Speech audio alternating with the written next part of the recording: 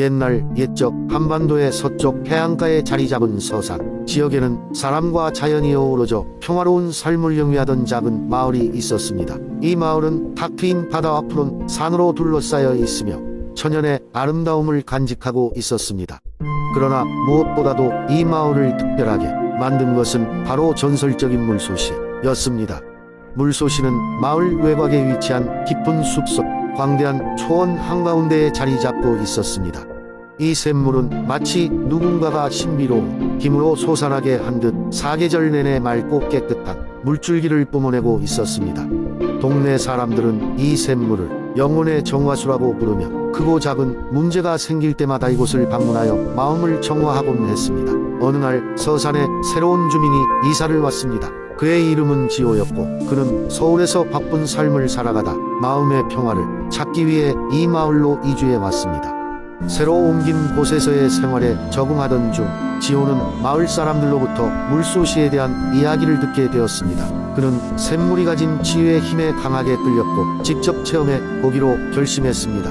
어느 맑은 아침 지호는 물소시를 찾기 위해 숲속으로 들어갔습니다. 깊은 숲을 헤치고 나아가자 주변에는 새들의 노랫소리와 바람에 흔들리는 나뭇잎에 사르르 소리가 가득했습니다. 시간을 잊은 듯 걷다 보니 마침내 초원이 그의 눈앞에 펼쳐졌고 그 중심에는 물소시가 우뚝 솟아 있었습니다. 지호는 천천히 물소시 앞으로 다가갔습니다. 놀랍게도 가까이 다가갈수록 그는 몸과 마음이 점점 가벼워지는 것을 느꼈습니다. 마치 물소시에서 뿜어져 나오는 신비로운 에너지가 지호의 마음속 깊은 곳까지 스며드는 듯했습니다. 그는 두 손으로 물을 떠 무릎을 꿇고 기도를 올렸습니다. 그 순간 지호는 자신의 마음속 깊은 곳에 숨겨둔 고민과 아픔이 사라져가는 것을 느꼈습니다. 물에 맑고 청아한 기운이 그의 마음을 씻어 주고 있었던 것입니다. 마침내 지호는 마음의 평화를 찾았고 이곳에서 받은 영감을 바탕으로 자신의 삶을 새롭게 꾸려나가기로 결심했습니다. 마을로 돌아온 지호는 물소시의 신비로움을 사람들과 나누며 서산에서의 삶을 더욱 행복하게 만들었습니다. 마을 사람들은 물소시를 통해 마음의 평화를 얻고 더욱 활기찬 삶을 살아가게 되었습니다. 그리고 그 후로도 오랜 세월이 흐르는 동안 물소시는 서산 마을 사람들의 영혼을 정화하고 새로운 힘을 주는 신성한 장소로 남아 있었습니다. 사람들은 물소시를 중심으로 여전히 깊은 유대감을 나누며 자연과의 조화로운 삶을 이어갔습니다. 이와 같이 서산의 물소시는 세대를 거듭하며 전해져 내려오는 신비로운 이야기로 사람들 마음속에 강렬한 영감을 주었습니다. 그리고 물소시의 샘물은 언제나처럼 맑고 깨끗하게 영혼을 맑게 하며 흐르고 있었습니다. 두 번째 이야기. 광주산 깊은 숲속에는 마법의 힘을 가진 나무가 살고 있었다. 사람들은 이 나무를 소원의 나무라고 불렀다.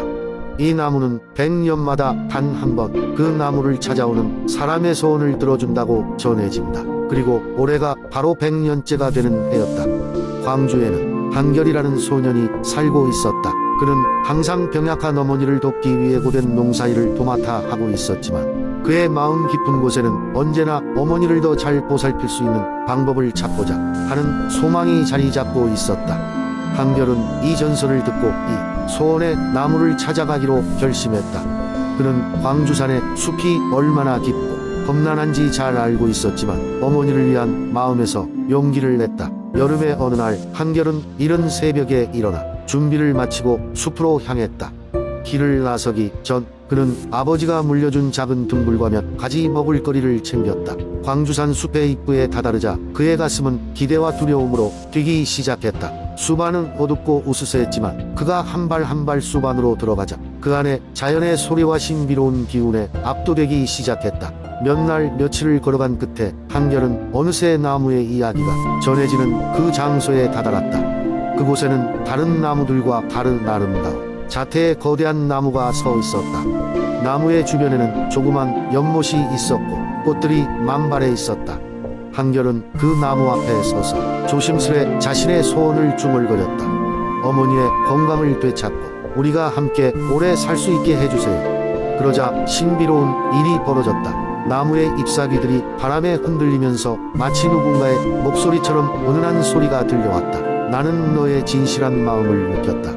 너의 소원은 이루어질 것이다. 하지만 너는 앞으로 더 큰 마음으로 이 세상을 살아야 한다. 그 순간 나무의 주위에 눈부신 빛이 감싸더니 마법 같은 무지개가 하늘로 솟아올랐다. 한결은 무언가 큰 일이 일어났음을 느끼며 집으로 향했다. 그가 집에 도착했을 때 그의 어머니는 예전과는 다르게 건강해진 모습으로 한결을 맞이했다. 그녀의 얼굴에는 엔진과도 같은 생기와 미소가 가득했다. 그것은 정말 기적 같은 일이었다.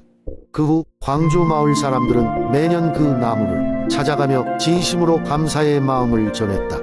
그리고 오랜 시간이 흐른 뒤 소원의 나무는 다시금 사람들에게 잊혀지지 않는 전설로 남았다. 한결과 그의 어머니는 오래오래 행복하게 살았고 한결은 반드시 이 나무의 가르침인 더 큰 마음으로 세상을 살아가는 것을 가슴 깊이 새기며 살아갔다. 세 번째 이야기. 옛날 옛적 경상북도 상주에는 바람에 따라 소리 내며 흔들리는 신비한 대나무 숲이 있었습니다. 이 숲은 보통 대나무 숲과는 달리 기묘한 전설로 가득 찬 장소로 알려졌습니다. 이 숲에 가까이 가면 대나무들이 사람의 말을 흉내내듯 소곤거리는 소리가 들려왔습니다. 마을 사람들은 이 소리를 대나무의 노래라 불렀습니다. 숲 가까이 사는 소년 민수는 이 신비로운 소리에 깊은 매력을 느꼈습니다. 어느 날 민수는 숲속에서 지난 가을 실종된 할머니가 남겼다는 은빛 실타래가 나타난다는 소문을 들었습니다. 이 실타래는 길 잃은 사람을 올바른 길로 안내한다고 했습니다. 민수는 그 소문을 믿고 숲 속으로 들어가기로 결심했습니다. 이른 새벽 안개가 자욱한 대나무 숲 속을 조심스럽게 걸어들어간 민수는 곧 알 수 없는 기운에 휩싸였습니다. 대나무들은 서로 부딪히며 마치 민수에게 길을 안내하는 듯 길을 만들어 주었습니다. 돌아가려 했지만 이상하게도 발이 움직이지 않았습니다. 그리고 숲속 깊숙이서 은은한 빛이 비쳐왔습니다. 그 빛을 따라가다 보니 민수는 커다란 대나무 나무의 밑둥에서 빛나는 실타래를 발견했습니다. 그 순간 전설이 사실임을 깨달은 민수는 천천히 손을 뻗어 실타래를 잡았습니다. 그리고 믿을 수 없는 일이 벌어졌습니다. 대나무들은 마치 노래하듯 부드러운 멜로디로 민수를 에워쌌고 그의 앞에 반짝이는 길이 펼쳐졌습니다. 민수는 홀린 듯 그 길을 따라 걷기 시작했습니다. 길을 걸으며 그는 할머니의 목소리를 들을 수 있었습니다. 할머니의 목소리는 민수를 응원하며 길을 잃는 것은 새로운 길을 찾기 위함이란다라고 속삭였습니다. 민수는 점점 더 깊숙한 숲으로 들어갔고 마침내 낯설지만 아름다운 정원에 도착했습니다. 그곳에는 전설로만 들었던 아름다운 신령들이 춤을 추고 있었습니다. 민수는 그 순간 모든 것이 꿈이 아닐까 생각했지만 주위의 신령들이 미소를 지으며 그에게 다가와 아름다운 대나무 펜던트를 건네주었습니다. 펜던트를 목에 거는 순간 민수는 다시 자기 집으로 돌아왔고 목엔 여전히 펜던트가 걸려 있었습니다. 그날 이후 민수는 자신이 겪은 일을 절대 잊지 않았습니다. 그리고 가끔씩 목에 걸린 펜던트를 만지며 대나무 숲에 신비로운 정령들을 떠올렸습니다. 상주의 대나무 숲은 여전히 신비로운 소문으로 가득 찼고 마을 사람들은 민수가 길을 잃었을 뻔했던 그날의 이야기를 전설로 여기게 되었습니다. 네 번째 이야기. 오래전 고요한 밤이 깃든 한국의 마산 지역에는 모든 것을 환하게 비추는 연못이 있었습니다. 이 연못은 단순한 물웅덩이가 아니었습니다. 은빛 별들이 하늘에서 직접 내려온 것처럼 물 위로 빛나고 있었고 그 신비로운 빛은 주변 마을에서 별빛 연못이라 불리게 되었습니다. 별빛 연못에는 아주 오래된 전설이 깃들어 있었습니다. 마을 사람들은 연못에 숨어있는 요정들의 이야기와 별빛이 새어나오는 연못에 숨겨진 비밀에 대해 속삭이곤 했습니다. 그 옛날 이 마을에 살고 있던 한 소녀가 있었습니다. 그녀의 이름은 아라였고 그녀는 누구보다 별들을 좋아했습니다. 아라는 밤마다 조용히 마을 가장자리의 언덕에 올라 별을 바라보며 자신의 꿈을 속삭였습니다. 그녀는 별을 가까이서 보고 싶었고 하늘과 소통하고 싶어 했습니다.